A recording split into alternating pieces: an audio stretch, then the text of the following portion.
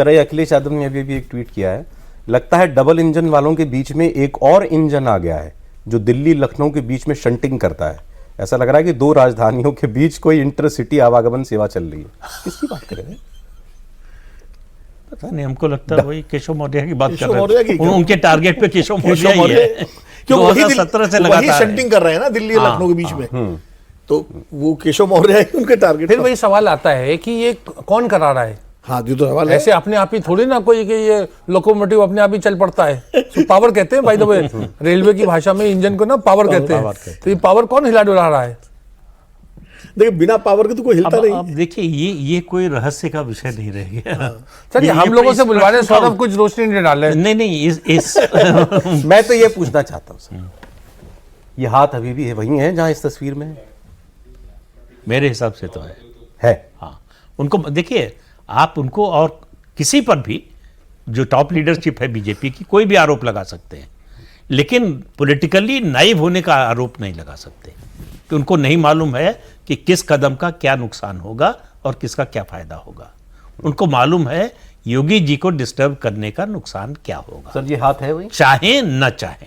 पहले मैं शेयर कर दूं इस तरह कहीं सके। जख्म को क्या खुला छोड़ दिया मैंने, जख्म को क्या खुला छोड़ दिया मैंने, सारे शहर के हाथ में नमक आ गया।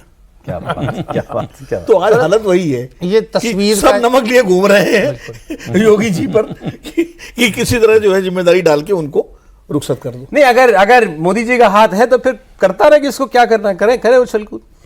Matter ends there. देखिए, फिर वही आती सफलता विफलता की बात आती है। देखिए, ये जो तस्वीर उसको जो सार्वजनिक किया गया था या इसको आज यहाँ पे भी टंगी हुई है, इसका पर्पस ये था कि इसका राजनीतिक उद्देश्य था, एक संदेश देना था कि वो संदेश एक है। बिल्कुल। और उस संदेश से कोई भाजपा को मतलब 4 जून 2024 को फायदा नहीं हुआ। तो पार्टी को तो ये देखना है कि आगे आने वाला समय कैसा होगा। इस संदेश से फायदा 2022 में हुआ था, 22 में हुआ था, लेकिन 24 में नहीं हुआ। अगर किसकी तस्वीर लगा दें सर जो आपको खुशी बताइए। हम तो कह रहे हैं रायशुमारी करनी चाहिए। दो प्रवेशक भेजने चाहिए। रायशुमारी का हाल बताऊं आपको जी। आप तो इतना कांग्रेस पार्टी कवर करते रहे हैं। इंदिरा जी ने एक बार राजस्थान में जो है फौजदार साहब को ऑब्जर्वर बना के भेजा और मुख्यमंत्री चुनाव होना था, रायशुमारी हुई।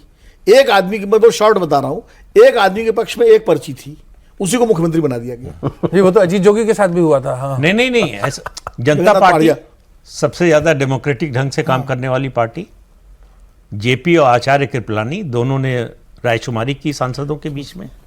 सबसे ज्यादा वोट बाबू जगजीवन राम को मिले थे, दूसरे नंबर पर मोरारजी थे। मधु लिमे ने कहा कि अगर जगजीवन राम को बनाया गया प्रधानमंत्री, पार्टी तोड़ दूंगा, सरकार गिरा दूंगा। तो सबने पूछा, ये आप इस तरह की बात क्यों कर रहे हैं? अभी जो है सारे एमपीज जो है उनके पक्ष में है, ज्यादातर बहुमत उनके साथ है। तो उन्होंने कहा कि हमको मैंडेट क्यों मिला है? हमको मैंडेट मिला है इमरजेंसी के खिलाफ। इमरजेंसी के खिलाफ मिले मैंडेट का प्रधानमंत्री वो हो जिसने संसद में इमरजेंसी का प्रस्ताव मूव किया। ये कैसे हो सकता है? जगजीवन राम ने मूव किया था। तो सब लोग मान गए बात कि भाई ये तार्किक बात है। और उसके बाद जो है मोरारजी बन गए प्रधानमंत्री। अगर लेकिन सर उन्हीं की बात मान लें कि भाई गो बाय द बुक, जो जैसा विधायक जो चाहें वो करो, मेजोरिटी विधायक जो चाहें, ये योगी जी के साथ हैं उनके विधायक? नहीं, योगी, देखिए, किसी के साथ कोई विधायक नहीं होता। विधायक की नजर इस बात पर होती है कि अगला चुनाव कौन जितवा सकता है। जी।